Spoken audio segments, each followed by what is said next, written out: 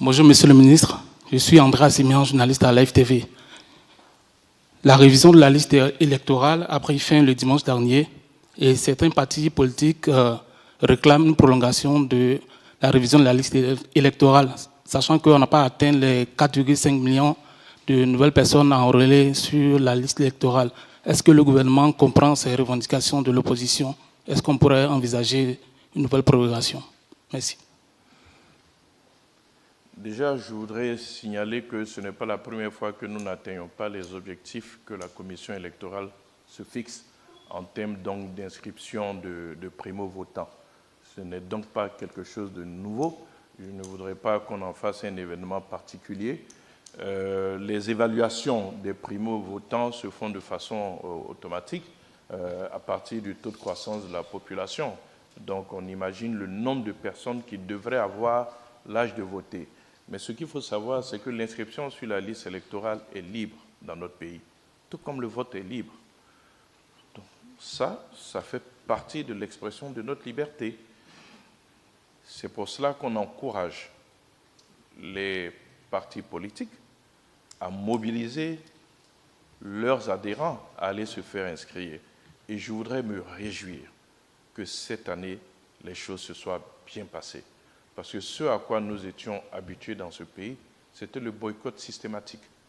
Les gens refusaient de rentrer dans le processus. Je tiens ici à saluer donc, la maturité qu'a gagné les acteurs politiques, de sorte qu'aujourd'hui, tous se soient inscrits donc, dans ce processus et aient demandé à leurs partisans d'aller s'inscrire sur la liste électorale. Les fois passées, c'est vrai qu'on n'atteignait pas les objectifs. Comme il y en avait certains qui boycottaient, on pouvait imaginer que c'était très certainement leurs partisans qui étaient les plus nombreux. Aujourd'hui, tout le monde est rentré dans le processus. Nous n'avons toujours pas atteint les objectifs que la commission électorale s'est fixés.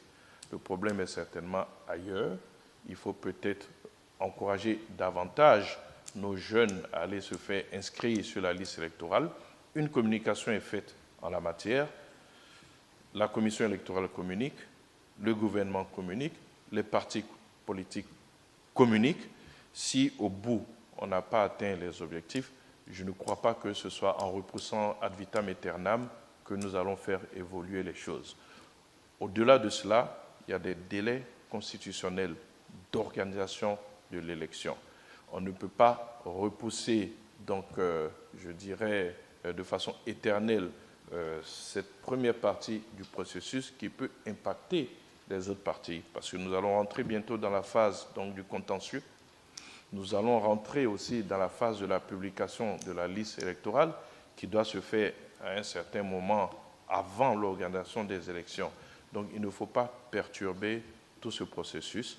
La commission électorale indépendante a calé des dates en tenant compte de l'organisation de l'élection présidentielle. Je voudrais préciser que dans notre pays, l'élection présidentielle est la seule élection dont tout le monde connaît la date. Il appartient à chacun de se préparer. Parce que c'est la seule élection dont la date est connue de tous. C'est le dernier samedi du mois d'octobre. Donc tout le monde peut trouver cette date et prendre les dispositions en la matière.